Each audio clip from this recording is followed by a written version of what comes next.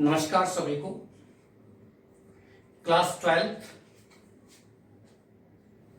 Topic चल रहा था आपका आर्टिकल स्पीच। आर्टिकल स्पीच के बारे में आपको यहां बताया गया था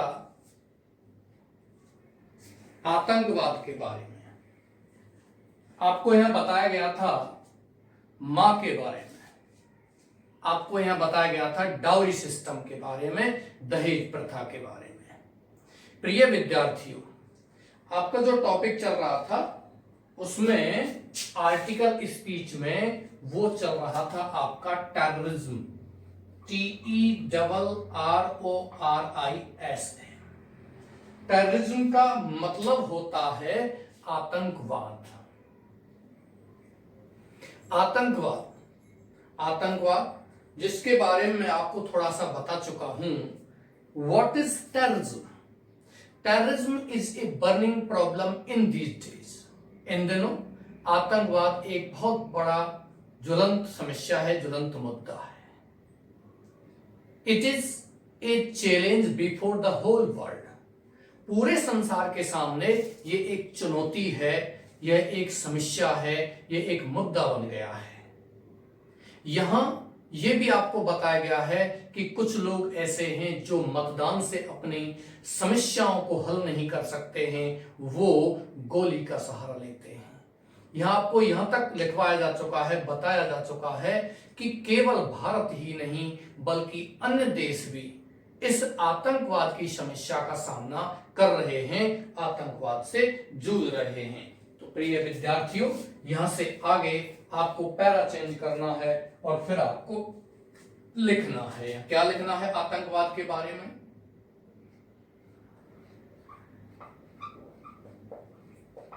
टेररिज्म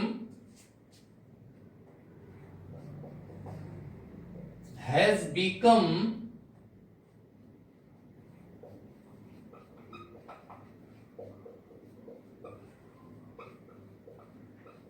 लाइक ए कैंसर। आतंकवाद एक कैंसर की तरह हो गया। यहां तुलना की गई है लाइक ए कैंसर। यहां अलंकार मान लीजिए figure of speech. Perhaps you know what is figure of speech. यानी आतंकवाद को यहां उपमा दी गई है, किसकी? कैंसर की। सिमिली उपमा अलंकार है।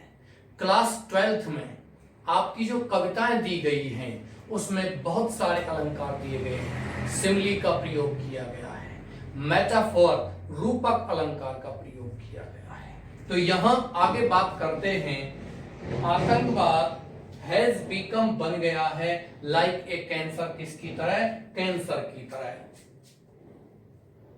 The incidents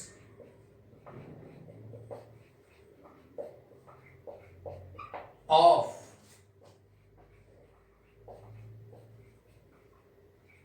bomb blasts are seen or heard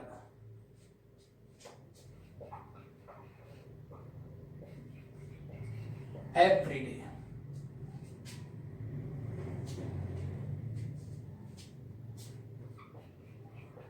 The incidents of bomb blasts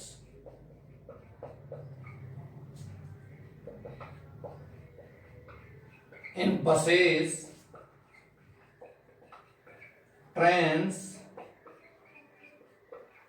streets, etc. are heard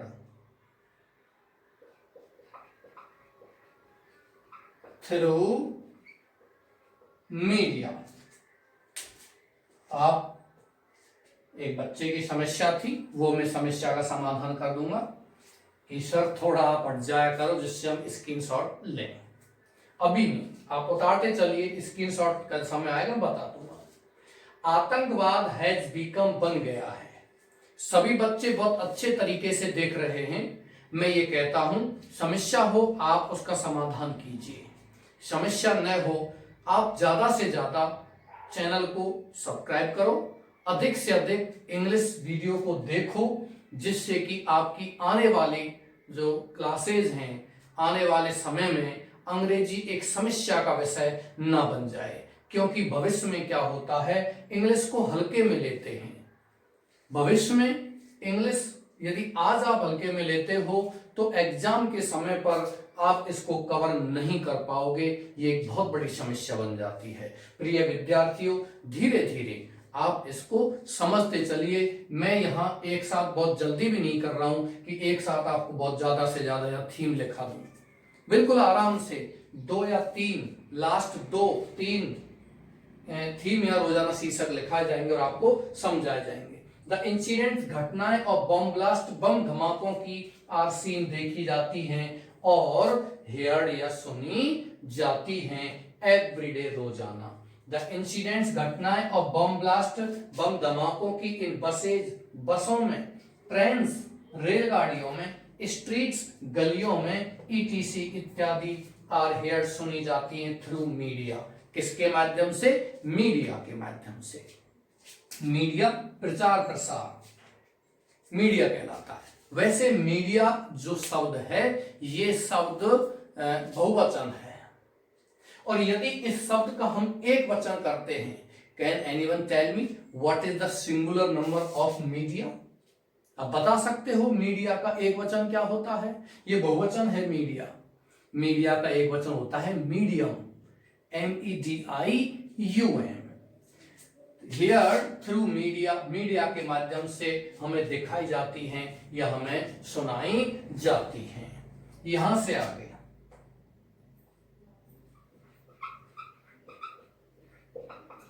terrorism thrives due to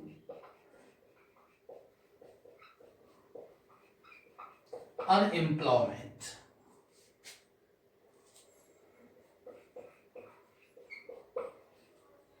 poverty,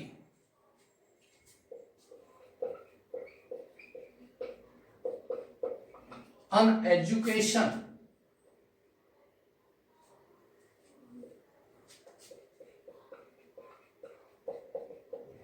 फैनाटिज्म, ETC। प्रिय विद्यार्थियों, आराम से धीरे धीरे चलते चलो। किस किस प्रकार से आपको यहाँ कौन कौन से कारण भी लिखने हैं कि आतंकवाद आखिर आता कहां से, किस चीज से आतंकवाद पनपता है। आतंकवाद के पनपने के बहुत सारे कारण यहाँ हो सकते हैं। आतंकवाद से प्रभावित कौन कौन से देश हैं, आतंकवाद की जो हम रोजाना कौन कौन सी स्थिति को यहाँ देखते हैं, वो भी इसमें दिया गया है। और आगे दिया गया है टेररिज्म, आतंकवाद, थ्राइव माने पनपता है, उत्पन्न होता है। प्रिय विद्यार्थियों, आप बहुत अच्छे से ये देख रहे होंगे और मैं आप सभी को धन्यवाद देता हूं कि आप अपने घर पर स्वस्थ होंगे।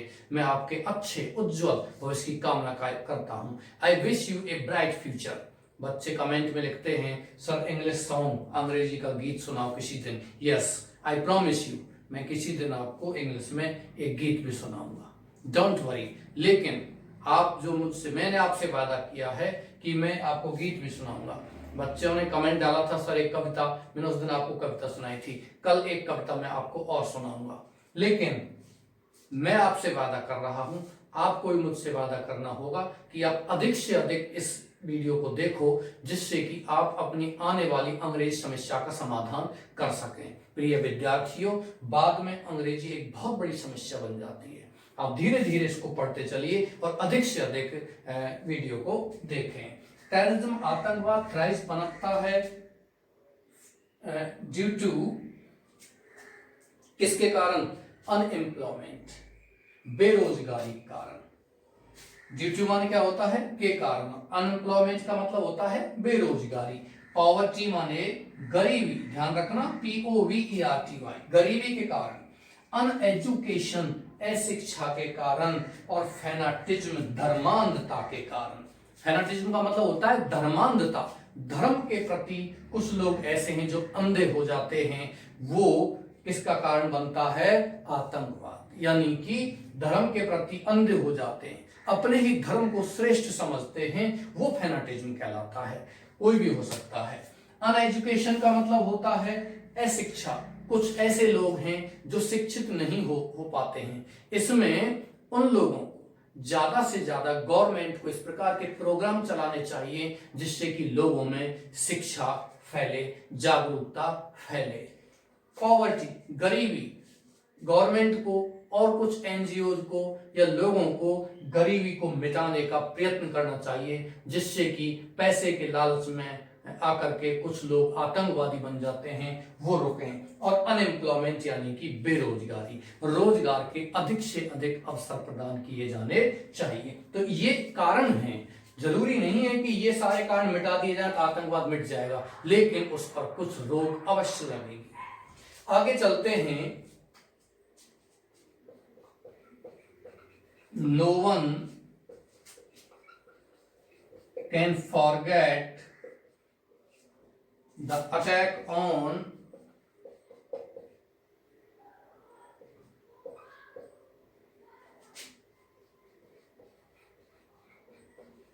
the World Trade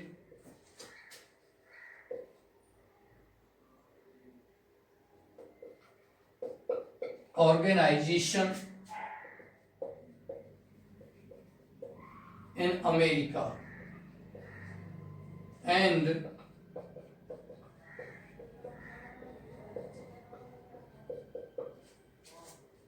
on Indian Parliament. No one can forget, कोई नहीं भूल सकता, the attack माने हमला, on the World Trade Organization, इस पर विश्व व्यापार संगठन पर, WTO, अमेरिका में हमला हुआ था ओसामा बिन लादेन के द्वारा। ऑर्गेनाइजेशन में विद्यार्थियों ध्यान रखना है, जेड और एस दोनों ही स्पेलिंग सही है। ORGANISATION ये भी सही है। मैंने एक दिन और बताया था इसके बारे में, ध्यान दीजिए। यदि किसी स्पेलिंग में इस प्रकार से एस के स्थान पर जेड लगा हुआ है तो वो शब्द अमेरिकन इंग्लिश का है, और एस लगा हुआ है तो वो शब्द किसका है? ब्रिटिश इंग्लिश का है। ये इनमें थोड़ा सा फर्क है। ऑन इंडियन पार्लियामेंट, भारतीय संसद पर। आगे लिखते हैं,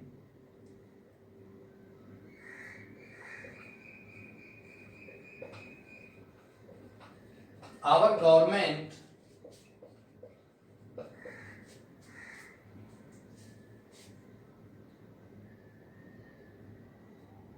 should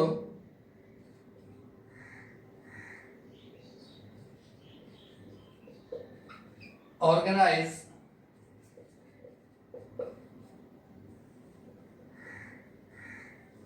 हमारी सरकार को आयोजित करना चाहिए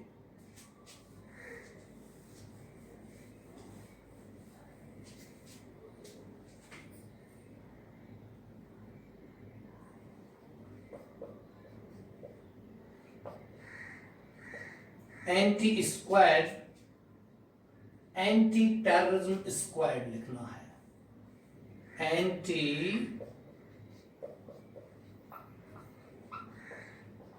टेररिज्म स्क्वाड, आतंक विरोधी दस्ता है, वो आयोजित करना चाहिए, उसका निर्माण करना चाहिए, संगठित करना चाहिए। इसके बाद India has been facing terrorism for last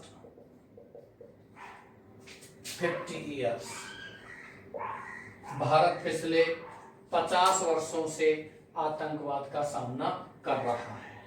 आप इसको उतारिए, बच्चों की समस्या साहब आप पढ़ते हो नहीं और स्क्रीनशॉट लेने की कहते हो, आप इसका स्क्रीनशॉट लीजिए, मैं साइड में हट जाता हूं।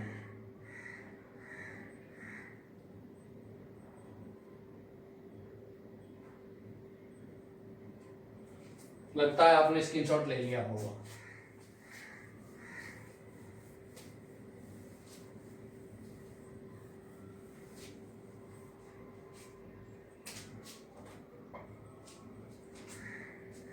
यहां बात की जा रही थी कि भारत को कौन कौन से कार्य और करने चाहिए। एंटी टेररिज्म, आतंक विरोधी जो स्क्वाड उसका निर्माण करना चाहिए। भारत पिछले इतने वर्षों से आतंकवाद का सामना कर रहा है। गवर्नमेंट शुड, सरकार को should take hard steps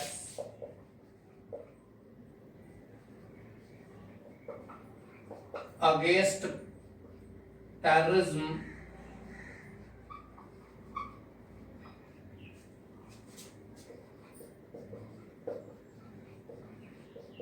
with the help of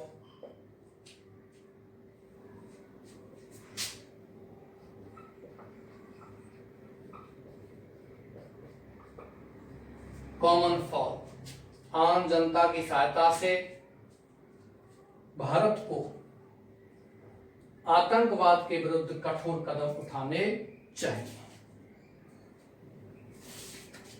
so that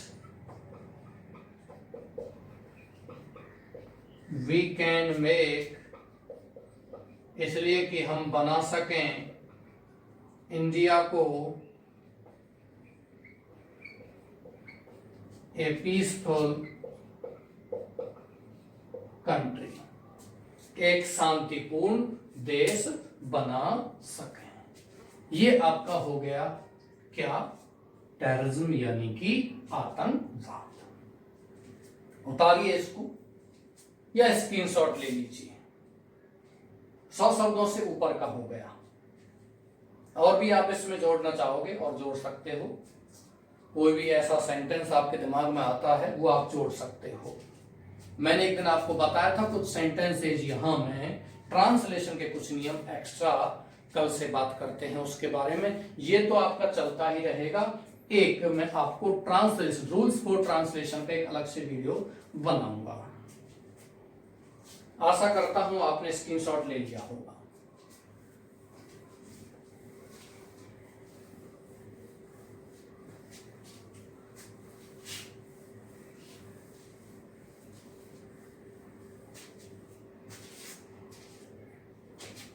यहां बात की जा रही है वाटर कंजर्वेशन।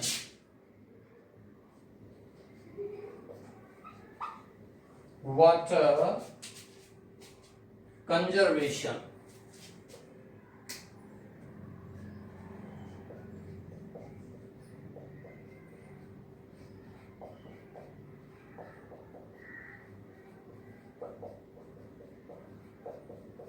वाटर कंजर्वेशन का मतलब होता है जल संरक्षण। यहां बात की जा रही है जल संरक्षण क्या है। पानी, जल, ये भविष्य के उपयोग के लिए संरक्षित किया जाना चाहिए, क्योंकि बिना जल को बचाए हुए हम हमारी नेक्स्ट जेनरेशन, आने वाली पीढ़ी को जल उपलब्ध नहीं करा पाएंगे। जल पानी कह सकते हो, लेकिन मैं ये कहता हूं इसमें भी फर्क है। प्रिय विद्यार्थियों, आपने पर्यायवाची पढ़े होंगे, हिंदी में पढ़े हैं जल और पानी, लेकिन जल अलग होता है, पानी अलग होता है। जल हम उसी को कहेंगे जिसको हम पीने के काम में ले सकते हैं, लेकिन पानी, पानी कोई भी हो सकता है।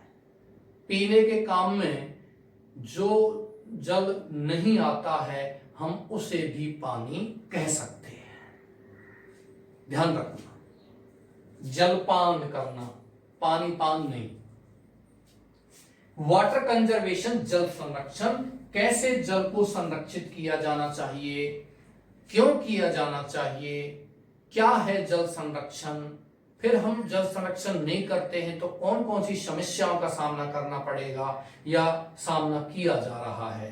लोग एक एक बूंद पानी के लिए लड़ रहे हैं। वो दिन जब दूर नहीं, जब तृतीय विश्व युद्ध किसके ऊपर होगा, जल के ऊपर होगा, पानी के ऊपर होगा।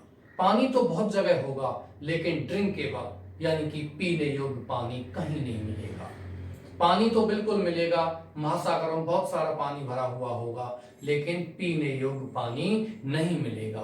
वाटर लेवल जो है हमारा वो बहुत ही नीचे जा रहा है जमीन में। तो यहां जल संरक्षण या वाटर क्राइसिस, जल संकट आता है तो भी आपको यही लिखना है। कारण क्या है? जब मैं जल संरक्षण की बात करता हूं तो आपको पहले जल संरक्षण के ऊपर लिखना है और बाद में क्या लिखना है कि जल संकट क्या है। और वाटर क्राइसिस आता है, क्राइसिस का मतलब होता है संकट। वाटर क्राइसिस मतलब क्या होता है? जल संकट। तो तब क्या करना है? आपको पहले वाटर क्राइसिस, जल संकट क्या है, इसके बारे में लिखना है और इसके फिर उपाय लिखने हैं। वो किस में आ जाएंगे? वाटर कंजर्वेशन में। मैंने आपको बता दिया था, I told you that you have to write first of all what is the definition or about the title। शीर्षक जो होता है उसके बारे में हमको लिखना होता है कि शीर्षक में क्या दिया हुआ है। यहां बात करते हैं वाटर कंजर्वेशन के बारे में, तो आप यहां लिखना शुरू कर दीजिए। मैं आपको फिर से नहीं लिखा रहा हूं। यदि आपको इस वाटर कंजर्वेशन पर कोई भी क्या कहते हैं आर्टिकल आता है तो लेखक का नाम लिखना है। यदि आपको कोई भी स्पीच आता है तो आपको फिर वही लिखना है, ऑनरेबल डाइस पर्सन्स या honourable chief guest, respected principal, worthy teachers and my dear students. ये लिख करके फिर नीचे आपको क्या लिखना है? थैंक्स और thank you. Water conservation, water is life, जल ही जीवन है। Water is the most important, ध्यान रखिए आपका पहला पार्ट इसी के ऊपर है। Water is the most important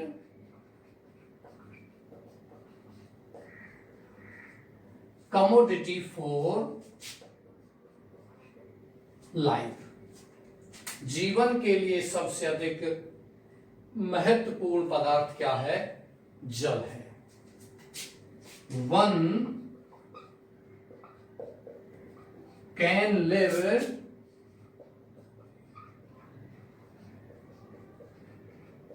without food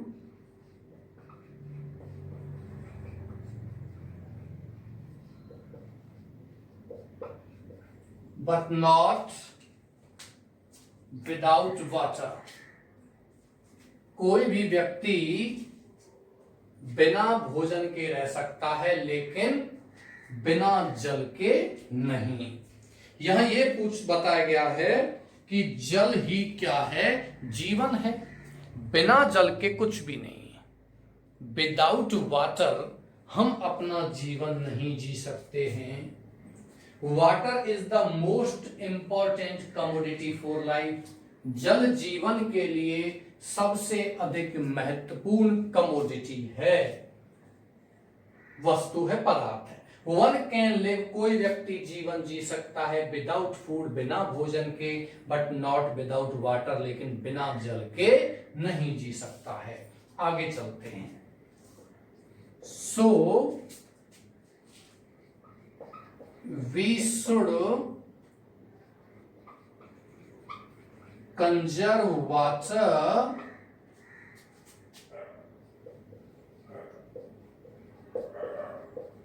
for future use। इसलिए हमें शुड कंजर्व, संरक्षित करना चाहिए वाटर, जल को, फॉर फ्यूचर यूज, भविष्य के उपयोग के लिए।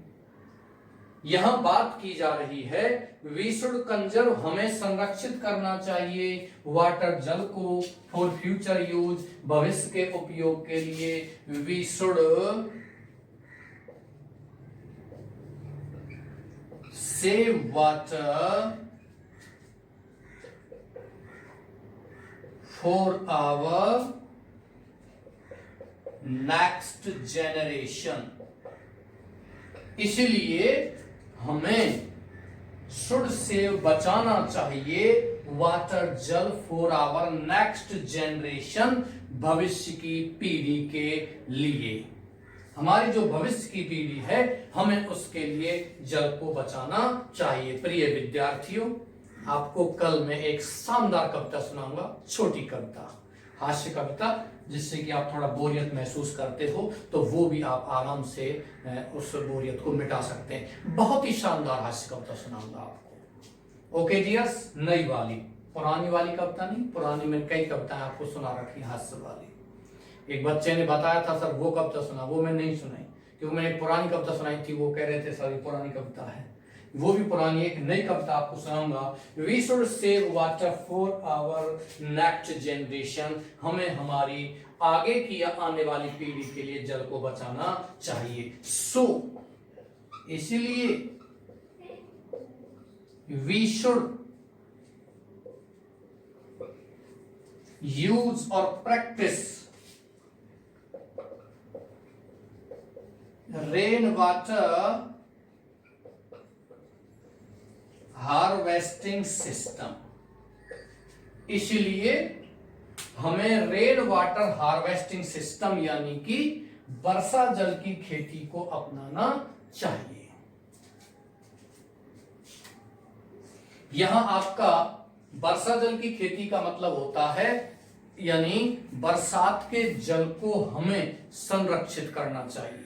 हमें इस तरह का सिस्टम अपनाना चाहिए अपने घरों में, अपने घरों की छतों पर, जिससे कि हम बरसात के जल को संरक्षित कर सकें, अंडरग्राउंड एक वाटर टैंक बना सकें और उस टैंक में हम बरसात के जल को भविष्य के उपयोग के लिए संरक्षित कर सकें। जैसे कि कुछ पश्चिमी राजस्थान के कुछ क्षेत्र हैं जहां इस तरह का सिस्टम उपयोग में लाया जाता है, उसी जल को फिर आगे भविष्य में उपयोग में लाते हैं, पीने के उपयोग में और भी डेली यूज की चीजें उनके उपयोग में उनको लाते हैं।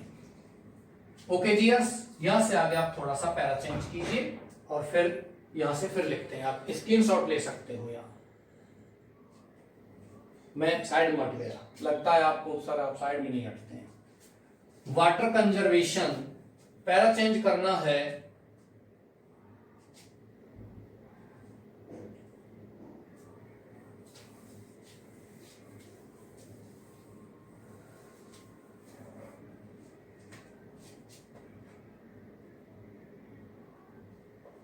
पैरा चेंज कीजिए।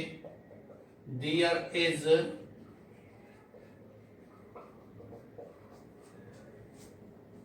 much scarcity of water everywhere. People fight even for a drop of water. लोग एक बूंद पानी के लिए भी लड़ते हैं। It seems that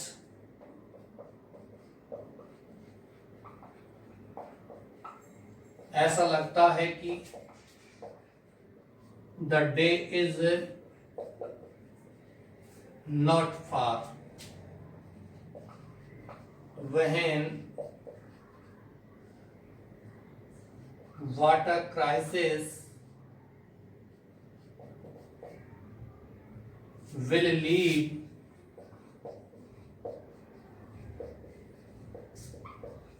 to the Third World War.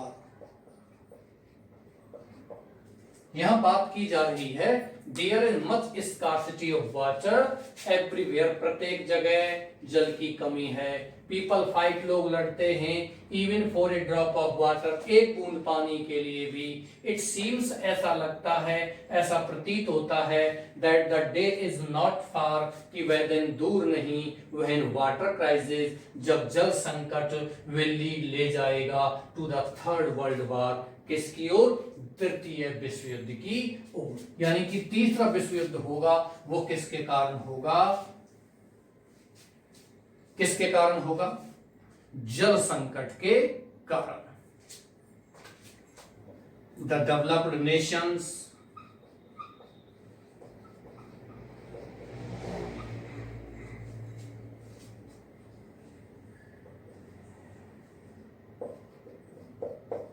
will try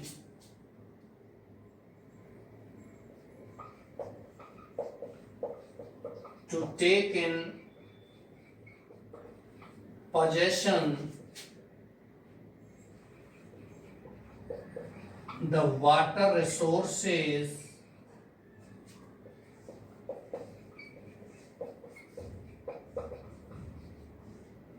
of developing countries, then there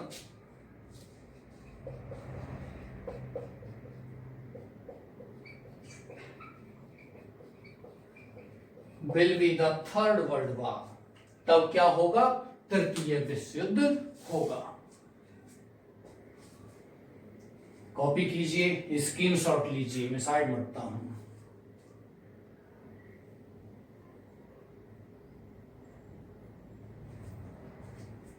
क्या होगा तब? तृतीय विश्व युद्ध निश्चित रूप से होगा। Then there will be the third world war.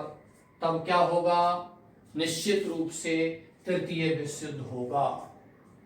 किसके ऊपर होगा? जल संकट के ऊपर। So we should save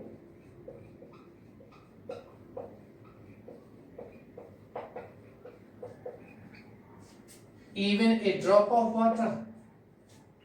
इसलिए वी हमें शुड सेव बचाना चाहिए, इवन माने भी, ए ड्रॉप ऑफ वाटर माने एक बूंद पानी, इसलिए हमें एक बूंद पानी को भी बचाना चाहिए।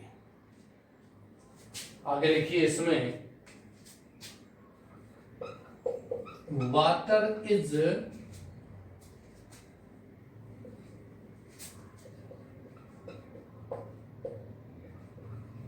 considered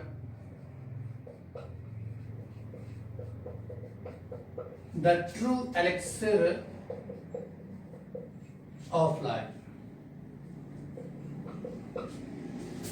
It is the most common एक minute, sorry, it is the commonest लिखना है।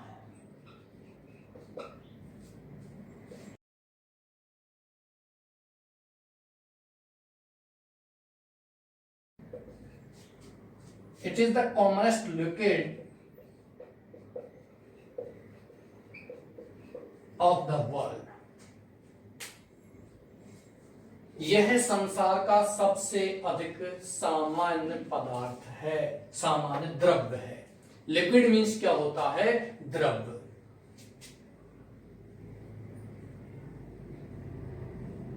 ओके डियर्स, यहां से आगे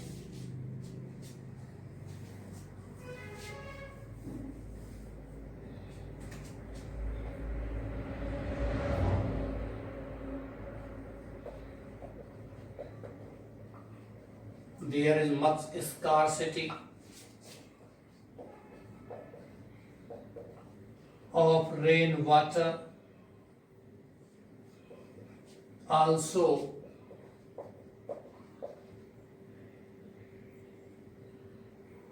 in India, रेन वाटर माने बरसात के जल की भी भारत में बहुत अधिक कमी है। Most of the Indian agriculture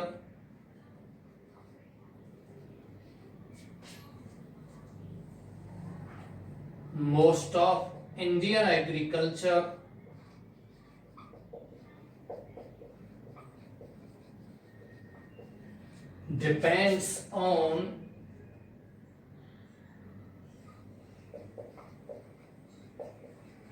rainwater.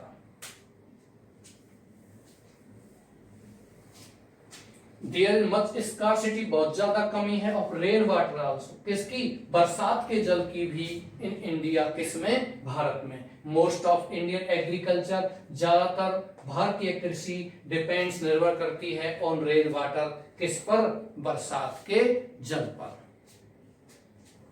यहां इसकी बात करते हैं, वाटर इज कंसीडर्ड, जल को माना जाता है, द ट्रू एलिक्सिर माने सच्चा, एलिक्सिर माने क्या होता है, अमृत, ऑफ लाइफ माने किसका, जीवन का। It is the commonest liquid of the world, यह संसार का सबसे अधिक सामान्य लिक्विड माने क्या है, द्रव्य है। यानी कि जल को यदि माना जाए तो प्रिय विद्यार्थियों, जल संसार का सबसे अधिक सामान्य द्रव्य है, लेकिन यदि इसको सही तरीके से माना जाए तो यह सबसे अधिक सामान्य नहीं, सबसे अधिक असामान्य द्रव्य माना गया है। कि किस प्रकार से सामान्य जो चीजें हैं, जैसे कि जल है, सामान्य आपको मिल जाता है, लेकिन ये असामान्य इस वजह से है कि ये इसके बिना कोई भी कार्य पूरा नहीं होता है। ये आप कहीं भी देख लीजिए, जहां जल है वहां सारी चीजें उपलब्ध हैं। आपके पहले ही पाठ में ये दिया गया है जल के ऊपर कि ये सच्चा अमृत माना गया है। उसमें लेखक कहते हैं कि किस प्रकार से नील नदी घाटी जो है वो, उसमें बताया गया है कि एक हिस्सा नील नदी घाटी नील नदी के कारण बहुत ही हरा भरा है, और जबकि दूसरा जो हिस्सा है वो है लीबिया का रेगिस्तान, लीबियन डेजर्ट, उसमें जल नहीं है और वो बिना जल के बिल्कुल ही कैसा हो गया है, बिल्कुल ही नीरस हो गया है, यानी कि रेगिस्तान बन गया है। तो यहां मेरे ख्याल से शायद यहां आपको लिखना चाहिए अंतिम, so government should organize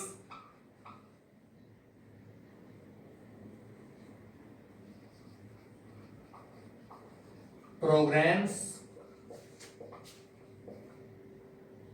to spread the message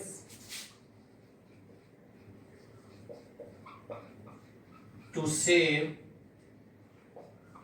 water for future। प्रिय विद्यार्थियों, यहां बात करते हैं कि सरकार को भी, जी आप कैपिटल स्मॉल बना सकते हो, गवर्नमेंट शुड, सरकार को चाहिए, ऑर्गेनाइज, आयोजित करना, प्रोग्राम्स माने कार्यक्रम, टू स्प्रेड, फैलाने के लिए, द मैसेज माने संदेश, टू सेव वाटर माने जल बचाने के लिए, फॉर फ्यूचर माने भविष्य को।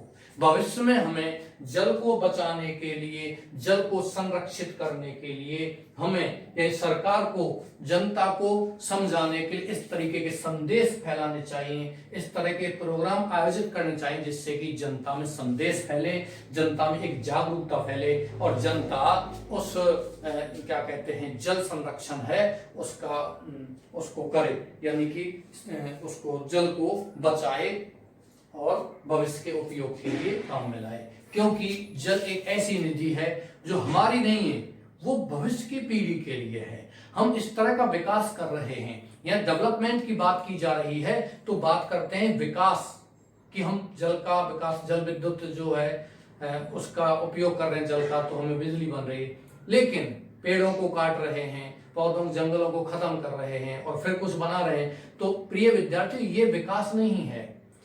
भविष्य की पीढ़ी के संसाधनों को वर्तमान में दांव पर लगाकर किया गया विकास की परिभाषा नहीं होती है। यहां बात करते हैं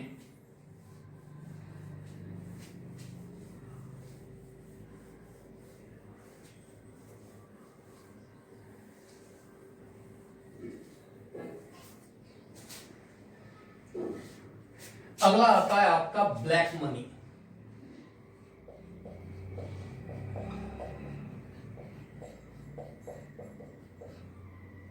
काला धन, इसके ऊपर आपने बहुत सारा क्या कहते हैं रोजाना न्यूज़पेपर में आपके मैगजीन्स में और टेलीविजन के माध्यम से मीडिया में बहुत सारा शोरगुल इसमें हो रहा है कि क्या है ब्लैक मनी, क्या होता है काला धन। क्या काला धन काले रंग का होता है? नहीं माय डियर्स, काला धन काले रंग का नहीं होता। काला धन क्या होता है, ब्लैक मनी क्या होता है? ऐसा धन जो जिसका अकाउंट में कोई लेखा जोखा नहीं होता है, विदाउट पेइंग टैक्स, बिना कर चुकाए हुए, बिना टैक्स दिए हुए यदि कोई व्यक्ति धन कमाता है, जो भी आप पैसा कमाते हो उसका गवर्नमेंट को, सरकार को कुछ टैक्स देना पड़ता है। यदि कुछ लोग उस टैक्स को नहीं देते हैं और बहुत ही ज्यादा धन कमाते ही जाते हैं और टैक्स पे नहीं करते हैं, तो वो काला धन कहलाता है। काला धन वो होता है जिसका अकाउंट बुक्स में कोई लेखा जोखा नहीं होता है। काला धन का मतलब फॉर्ज मनी नहीं है। काला धन का मतलब ये नहीं है कि नकली मुद्रा। Forge currency is not the black money. Black money is the money that does not have any record in account books. यानी कि अकाउंट बुक्स में लेखे जोखे में, वित्तीय लेखे जोखे जो बही खाते होते हैं उनमें वो कोई भी लेखा जोखा नहीं रखता है, वो कहलाता है ब्लैक मनी। ब्लैक मनी का मतलब ये नहीं होता कि वो फॉर्ज्ड मनी होता है, यानी कि वो क्या कहते हैं, एक नकली मुद्रा होती है या जाली मुद्रा होती है, वो ब्लैक मनी नहीं होता है। तो यहां ब्लैक मनी के बारे में लिखते हैं,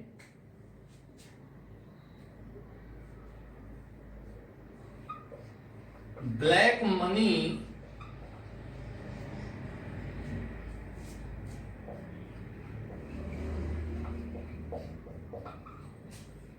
does not mean forged currency,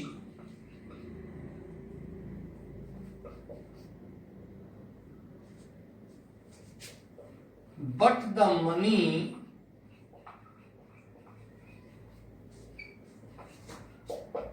that does not have any record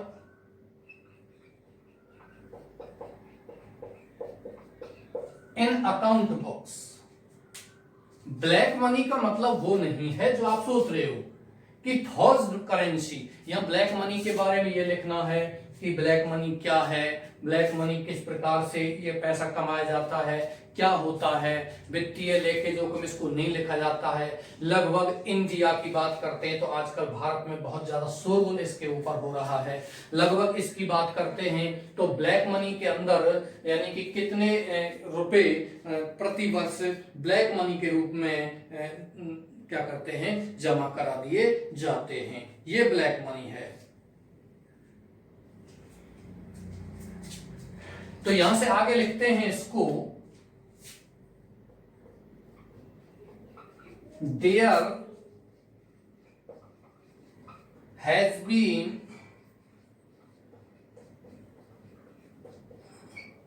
much हल्ला बल्लू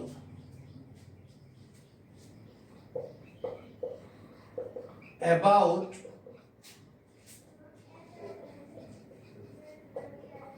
black money in India. Bharat में ब्लैक मनी के बारे में बहुत सारा, प्रिय विद्यार्थियों यहां बात करते हैं ब्लैक मनी, काला धन डज नॉट मीन, काले धन का मतलब ये नहीं है फॉर्ज्ड मनी यानी फॉर्ज्ड करेंसी, जाली मुद्रा। करेंसी का मतलब क्या होता है, मुद्रा। जैसे कि अपने इंडिया में रुपया मुद्रा है, पाकिस्तान में रुपया है, अमेरिका में डॉलर है, कहीं पाउंड है, कहीं येन है, कहीं टका है, कहीं रूबल है, ये मुद्रा है। तो करेंसी का मतलब होता है मुद्रा, नकली करेंसी नहीं, जाली मुद्रा नहीं। फॉर्ज का मतलब होगा जाली, बट बल्कि द मनी धन that does not have any record, जो कोई रिकॉर्ड नहीं रखती है, कोई लेखा जोखा नहीं रखती है इन अकाउंट बुक्स माने खाते की पुस्तकों में। खातेदारी होती है बही खाते होते हैं, उनमें उनका कोई लेखा जोखा नहीं होता कि कितना धन किसी चीज से कमाया है उसको लिखें, और उसके बाद उसमें से कितना परसेंट जो गवर्नमेंट का बनता है टैक्स उसको पे करें। इनकम टैक्स वाले आते हैं, वो यही तो करते हैं कि वो आपके धन को लेंगे, वो दूसरे के धन को थोड़ी लेते हैं। आपने जो धन कमाया है, इनकम टैक्स वाले आपके घर में जो भी आपने जितना पैसा कमाया उस पैसे को वो निकालते हैं, फिर आपका अकाउंट बुक्स को चेक करते हैं।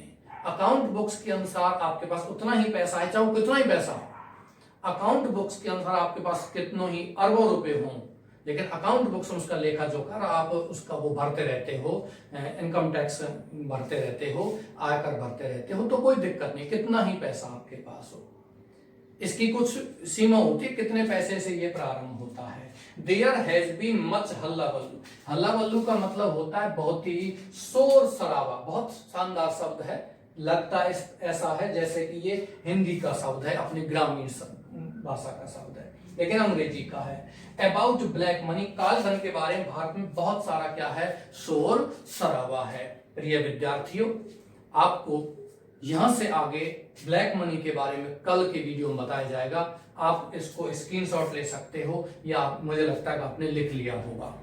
कल आपको प्रिय विद्यार्थियों समस्या हो, आप बिल्कुल कॉल कर सकते हो। आपका एक व्हाट्सएप बनाया गया, उस पर भी डाल सकते हो, और आप कमेंट बॉक्स में भी डाल सकते हो। आप सभी से यही मैं सजेशन देता हूं या सुझाव देता हूं कि आप अधिक से अधिक अपने पढ़ाई के प्रति सचेत रहिए। मैं फिर बता रहा हूं कि आपको इसका बहुत अधिक लाभ मिलेगा, लेकिन ये भविष्य के गर्त में है कि कितना लाभ मिलेगा। ये आपको, बुद्धिमान लोग वही होते हैं जो समय रहते हुए भविष्य को देख लेते हैं, समय रहते हुए वो भविष्य के लिए अपने आप को तैयार कर लेते हैं, वही बुद्धिमान बच्चे कहलाते हैं। यदि आप बुद्धिमान तो सभी हैं ही, आप साइंस के स्टूडेंट्स हो और साइंस के विद्यार्थी होकर के आपको ये ध्यान रखना है कि हमें सभी विषय जो चल रही हैं ऑनलाइन क्लासेज, उसका अधिक से अधिक आप लाभ उठाएं। इंग्लिश के जो लेसन है आप उसका भी विशेष लाभ उठाएं, जिससे कि भविष्य में आपको दिक्कत ना हो। भविष्य में आप चाहो तो इंग्लिश को अभी कंप्लीट करते हुए और आप भविष्य में अपने और अन्य सब्जेक्ट उन पर भी फोकस अधिक से अधिक कर सकते हो। तो प्रिय विद्यार्थियों, मैं यही अपना वीडियो समाप्त करता हूं। Thank you very much, thanks a lot.